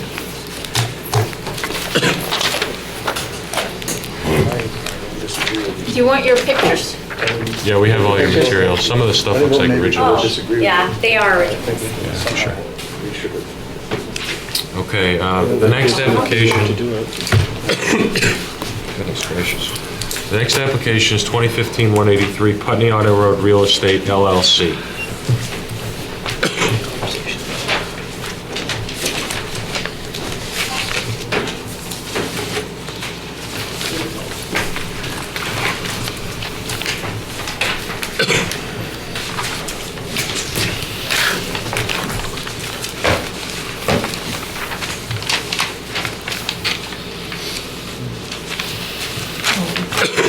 That's okay, I'll give it to Brian to send it. Can you please tell us about your project? Actually, none of us were here at the beginning, James, so I think this I'm glad you reminded me. So please rise, raise your right hand. Do you hereby swear or affirm that the testimony you're about to give in the cause under consideration will be the truth, the whole truth, and nothing but the truth under the pains and penalties of perjury? I do. Thank you. I mean, really, it's good for you. Otherwise, this whole thing would be void, but go ahead, Mr. Bowman. This is Brattleboro Subaru facility on Putney Road, which I think you're all familiar with probably. And what they would like to do is add a 28 by 60 addition to the rear of the building for additional service space. This is Putney Road out here. This is their lot with I-91 to the west on this side. This is parking and so forth, and display up front. The existing building is here, and the kitchen would be in this area here. It's not contemplated that there be any changes to the front of the lot or anything like that. They had new lighting installed with Efficiency Vermont 4 years ago, LED lighting up front, so they don't intend to change any of that, nor do they intend to change any landscaping or drainage or anything of that nature. The area that the building is going to be constructed in is now paved, so there's no change in impervious area of the site, so the drainage is not really an issue.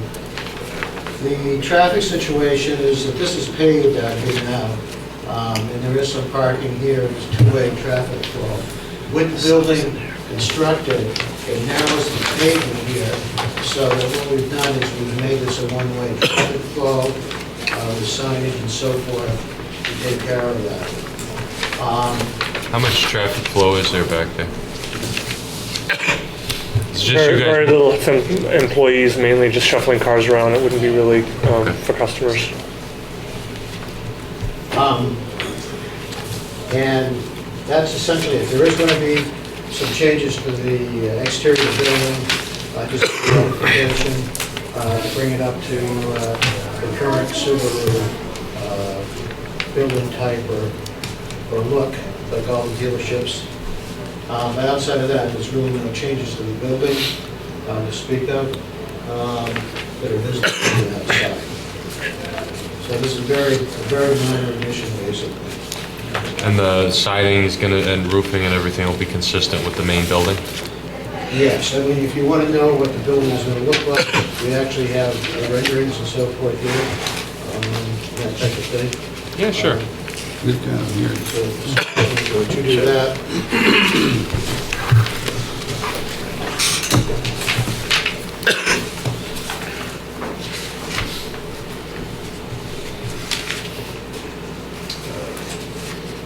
Just really briefly, this is basically a 3D visualization.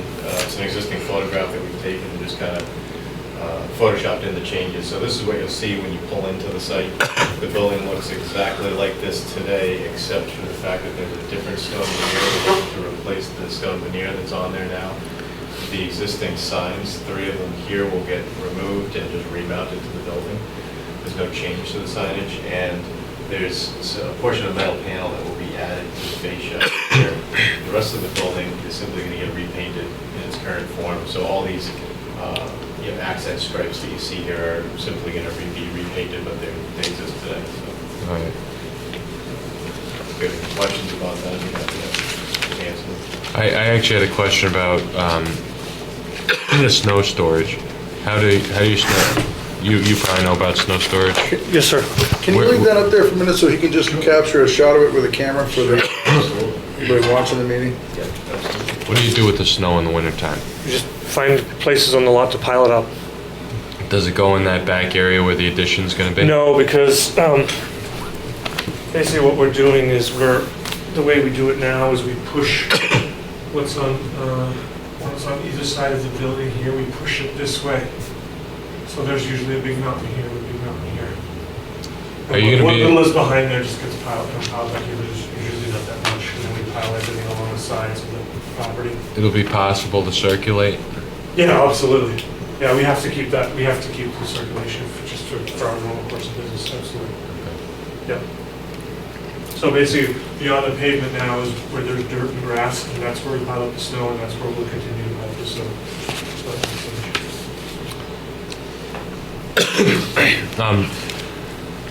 I'm curious about the arrangement of your parking area. How many spaces do you delineate your spaces for employees, retail, service, etc.? We do. Do you know how many are for each? Our employee parking is pretty much over at the Firma Ferger property now, that I also own out back. And then we shuttle them, basically, they can either walk or we have a shuttle that transports them back and forth. Wow. We do delineate this area for service customer parking. Along here, this whole side of the building is service customer parking. Okay. And then our new used vehicle storage is up front. And that's easy to put on the site plan, right? absolutely. It's going to stay that way, I mean? Yeah. Yeah.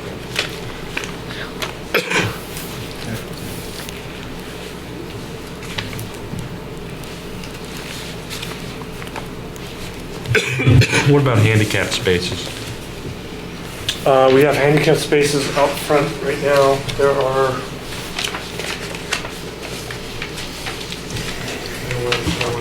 I know there's at least one, I don't know if we have one or two, that are right up front here by the main entrance to the building. You can get those onto the plan too, right? Yeah, I could be changing those. Yeah, so it's only one. Is the new addition going to be sprinkled? I would assume so, right? Yeah. Yes. Yes. So all the cars that I see in this aerial photo now that are behind the building, where will those spaces move to? Those we're going to reallocate between the former Ferger or Stacy property at 1200 Putney Road. Plus, we also have leased parking behind the credit union that we lease from Brattleboro Development Corp. Mm-hmm. So we can kind of move things around and make room as we need to. Either move more new cars to one place or the other. Or I mean, I'm just assuming that these are all customer cars or something to do with service. They were actually mostly technicians' employee cars. And sometimes if we took a trade in, we'd park it back there. We're just gonna have to find other places for those now. How do cars get delivered to the site? tractor trailer from. No, I mean, where does it go? It basically, typically it backs in. I assumed it was a car carrier. Unloads, yeah. Backs in this way, and then it just kind of stands here, unloads. Okay. So, those trees that are in the aerial photograph, they won't be disturbed by the addition? No, absolutely not. So can people get in and out of the lot when the car carrier's unloading? Yeah. He usually pulls in deep enough where you can come around and still make it up the driveway. Oh, I see. Yeah. And that doesn't impact those parking spots either? Nope. No, it's wide enough there that a carrier can put it, that we can park cars along the side and have the car carrier and still drive by. Could you mark an area on the site plan where that happens, that loading area?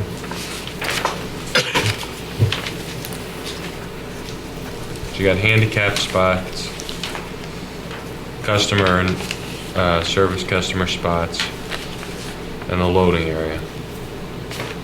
Do they sometimes unload on the street? Not that I've ever witnessed. I've never seen them unloading on the street. We don't want them to. If they had to, they could unload over where you park behind Members First or something like that, right? I mean, if there was ever a problem, you had too many customers in there, they could. Or in the former Stacy? I don't know or in Stacy's or something like that, or no? Or is there a complication between unloading anywhere but on site? I think that's part of the franchise agreement. I think you have to unload and deliver parts to the actual site of the, but I don't know, I've never looked into that because we've never had a problem. It's never been an issue before. Never been an issue, no. Nope. Because they do it so fast. I mean, the car carries in and out of there in 15, 20 minutes. I mean, he unloads those cars, like, 9 cars like nothing. I'm sorry. Excuse me. Sneezing, huh? How hard would it be to minimize the snow storage that's on the side of the brook there? Bless you. Here we go. In terms of just moving it to a different place on the lot? If it was to the sides rather than to the back. Well, the tricky part is how do you back the plow truck up to the building to be able to push it this way? That's it's pretty narrow. How do you get it this whole area here? Mm-hmm. So that's why we end up kind of pushing this way, because it's easy to make a long pass. Would it be possible? You have to pilot it and either get a loader or a bobcat and redistribute it to skid steer. That's what you have to do. Because there's no really way to push it that way.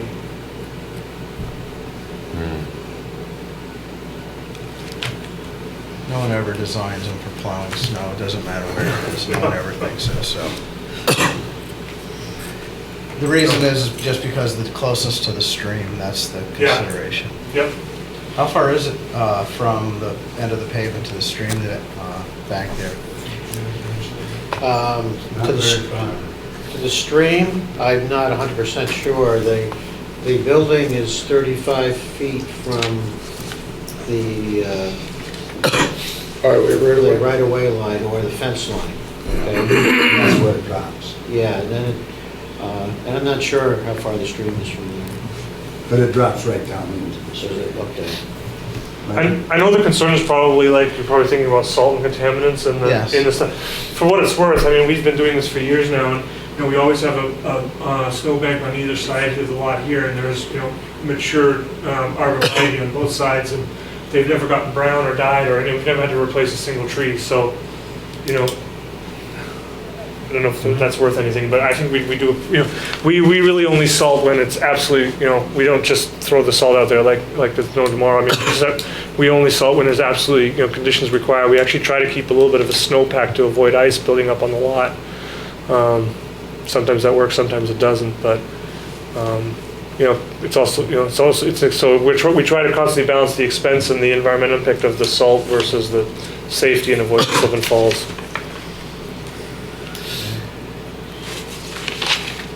But there's really, I mean, the majority of the snow is definitely in front of the property. You can just see by the square footage. I mean, this is, you know, it's really limited what we really have to remove back here, you know, on the side. I mean, this is where it all happens up here, where the really big snow banks appearing.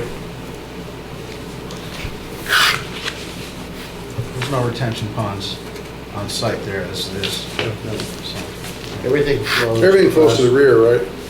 Yeah, well, it flows down the sides too, if you look at the contours. But, and ultimately to the rear? Yeah, Yeah. right. It does all go across Green eventually, before it gets to the street.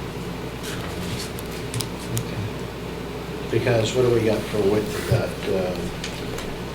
for example, the width?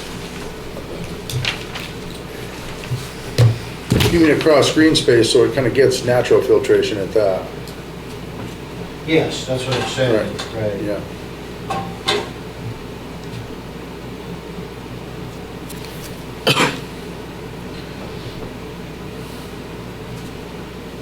All right, so the width of the pavement here is 16 feet, so you have approximately, before it gets to the right-of-way, about 20 feet of green space. Then it goes across, that's a minimum.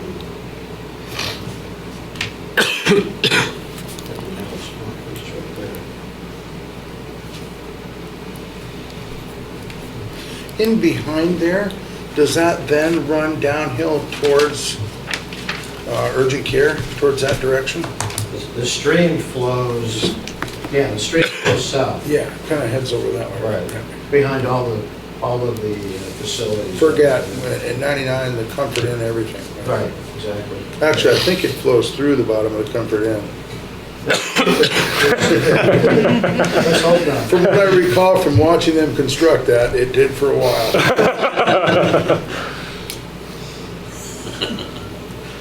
Well, there's a built-in pool in the basement of that. That's But if right. you recall, when they were constructing it, they had giant pumps continuously evacuating the water table from that while they allowed the cement to cure. So, Yeah, and that then was- naturally filled it, I'm sure, you know? We actually did borings there. We knew there was water there. We knew that that's what they were going to get into. Right. We told them that, but, yeah. So they Well, did what they- continuous pool supply, if they pump it right. Now, there's an issue here where we've required other applicants to put sidewalks in at Agway and 99 and Summit Chrysler. I don't know what the board feels about that in this application, but it was raised by the planning department's memo. Well, they must want to be I'm sure they don't want to be the odd link in the missing sidewalk system through there, right? We got a lot of foot traffic in front of our building. I'm kidding. I think the only people that are going there are my employees, maybe going to get a sandwich at the Sun-Dried Tomato up there. So. Yeah, but part of the reason that the zoning bylaws require sidewalks up there is because Putney Road is so inhospitable. The goal is to slowly change that. Okay. 99 had it, and Chrysler had it. And Agway. And Agway.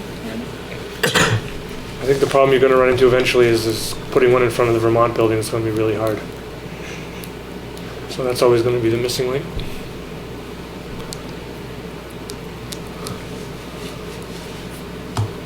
Does anybody have any So thoughts do you on have a that? problem putting in a sidewalk?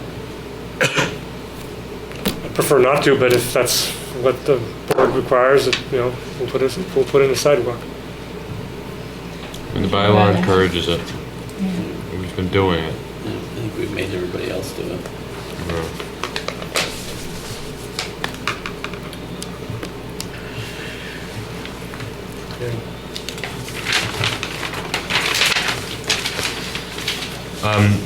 You didn't include a landscaping plan. Is there any proposed landscaping? No. No change. No change. Would you be averse to providing some landscaping along Putney Road?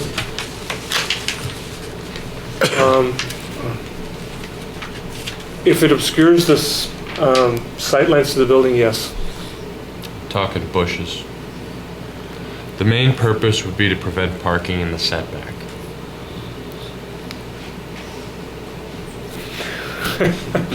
Again, I'm in the business of, selling cars, and the more cars we can display, the better it is for my business, and the more, people I can employ, and the more taxes we can generate. But if that's the, decision of the board, I'm at your mercy, so tell me what you want me to do, and, Well, we'll do I it. guess what I mean is there a practical reason you couldn't put some landscaping in there? Even if it was modest and you could still see your business and your signs and the cars in the lot? Can I ask a question? Is the sole purpose of the landscaping to forcibly prohibit parking in the setback? Or is it because somebody wants to see landscaping in the front? I think it's both. As opposed to vehicles?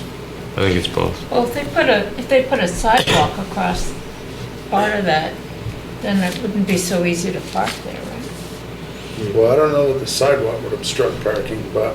Mr. Bannon wants to be recognized here. Just to jump in, the purpose of the requirement is the code right now says that you can't display product in the first 25 feet from the edge of the street. And, that's kind of pushes against what automobile dealerships are trying to do. So at other places like at Summit, they've done landscaping that kind of precludes that. But I think I don't want to get into, my fellow business owners, but I think they park close. If you measured the edge of their cars to the edge of the street, I think they're closer than we are. Yeah, by far. With their sidewalk and their landscaping. I was thinking of Automall, actually. Yeah, right. Oh, Automall, They yeah. have some landscaping, 'cause they have a much wider margin now than they did before. Well, not than they did before, but they have a pretty wide new area there with some drainage down through there. But No, Automall definitely does. I'm talking about Summit. Yeah. Summit's a lot closer to the road than we are. There's some enforcement issues there. But if it's 25 feet, I mean, we need to demarc that somehow. I'd rather do bushes than a sidewalk. So I suspect if there were some modest bushes there, it'd be better than having Mr. Bannon out there with a 25-foot tape measure. Absolutely. And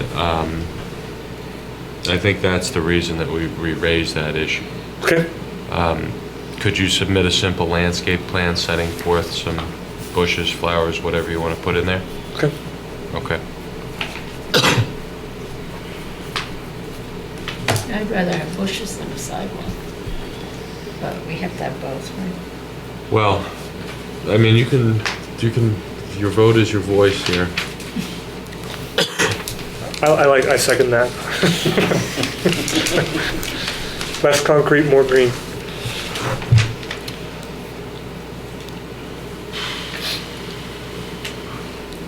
unfortunately, were you the next guy down the street watching this on TV now wondering, wait a minute, they made us put the sidewalk in, and they're not you. If we made Ford put the sidewalk in and not Subaru, how would you reconcile that? He owns both. He is both. I know that. That's why I'm asking you. Yeah. You know, I mean, would you build Subaru for half of it? I mean, no, you're right. I mean, it's a consistent thing to do. It's just. I'm just saying, if it was the next application and your competition next to you got to pass on the sidewalk and you didn't. Yep. No, it's the other way around, but still. I guess is it the application of the policy and consistency, or what's the intent? Because if the intent is to create a consistent sidewalk all around up and down Putney Road, you're never going to get there because you'll never have one in front of the Vermont building. Because it would impede on what structural things that are going on in front of that building. So that you're always going to have that as a gap. So, I'll put one in, but you're never going to get your end goal, which would be to have a sidewalk all up and down. So, where do you stop and where do you end? If you want to apply the consistency, we'll put in a sidewalk. But well, that logic, as clear as it is, that you'll never get it complete because of the Vermont building's inability to connect, didn't stop any of the other pieces of sidewalk from going in, all the way from the marina to Agway or whatever. So, still. And also, we're not. I'd rather have a new Subaru than a sidewalk. You know what I mean? But one of the things we can't determine is whether the law is logical or not. Yeah, that's true. We just went through that. So yes, we did. Unfortunately. He could certainly appeal the sidewalk aspect of it, based on those grounds, if you were to be directed to add a sidewalk, right? If you didn't agree with the sidewalk part. But I think that it would be difficult. We just argued for consistency in the application of the standards, and I have no more questions for that. Does anybody else? No. I do. I still have concerns about the snow. Okay. And piling it up at the back of the building where I think, from my observation. I didn't mention this because I was just asking them questions, but I think one of our conditions should be that there's no snow in the back. Okay. And if it has to be with a loader, then it has to be with a loader. I don't know if you guys disagree, but it just seems as though it's too close to the No, we're getting closer to the brook. Yeah. To the creek, yeah. And that would require that the site plan delineate the snow storage areas and that they be only on the north and south sides. Or I suppose it could be on the east side too. Next to the sidewalk. Yeah. I'm sorry, I should have spoken clearly when we were getting through that. Is there anything else? No, was. Anybody else? Now, my suggestion would be to approve this site plan, to have a motion or with the site plan amended to mark retail and handicapped spaces, to mark the loading and unloading of car zone, to mark the snow storage, and that snow storage not be on the Crosby Brook side, but only north, south, east side.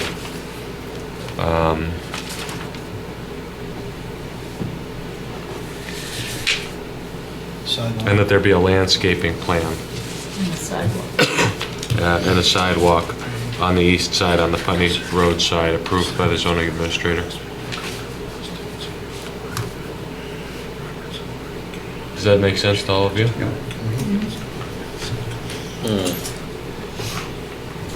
Will the landscaping plan only be that front east side, or does it have to be the whole property since we're not touching anything else on the property?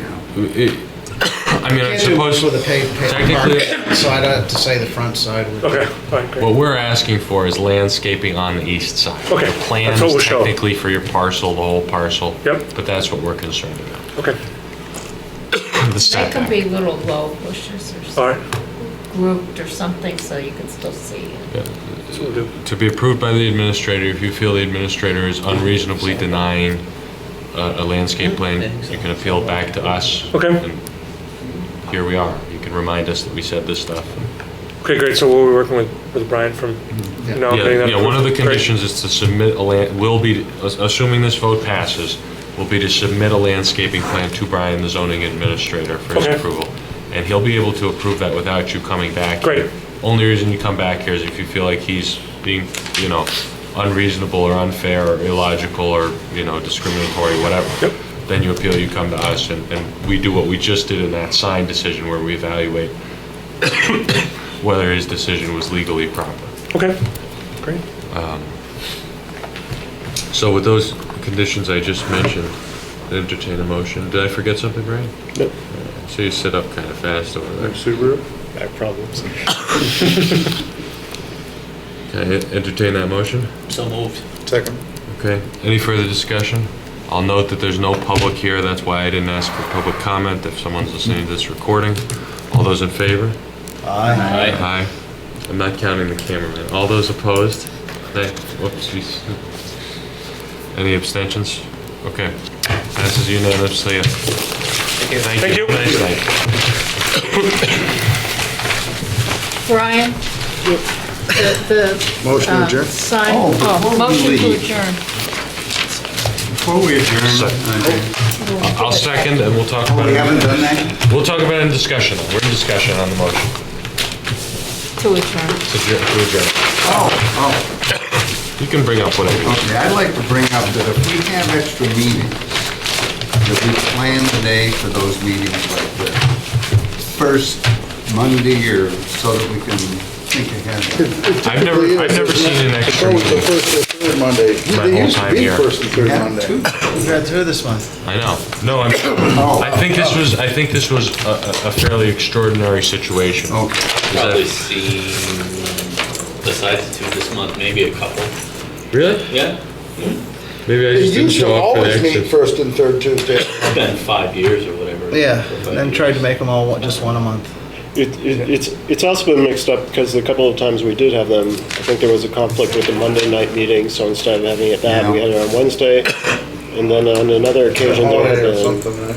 yeah, there was a failed warning, so to get the applicants before the board as rapidly as possible, we scheduled it at the next date we could actually warn it in the paper. And then, So, it's erratic. But it's Because I got things going on all week. Yeah, no, it's a good point. We should do what we can. And by the way, did we get that new applicant? Did she end up applying? Whitney, I think. I haven't seen anything. Who was the guy that was here that used to be on the DRB? Craig Miskovich? No. It's been in the last meeting or the meeting Oh, before. Tim Cuthbertson, British No, fellow? No. The older guy, thin, had a sweater vest. Oh. Very old, right? Yes. He spoke to me after the last meeting when he said he might consider helping. He's no longer up to it. He reconsidered that. you mean came to a senses?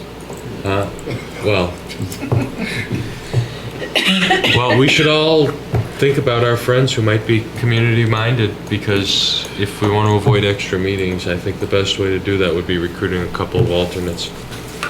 Brian, I have a question. Yes. What's going on with the new zoning? Why are people have to be considered under both, and the new one hasn't been voted on?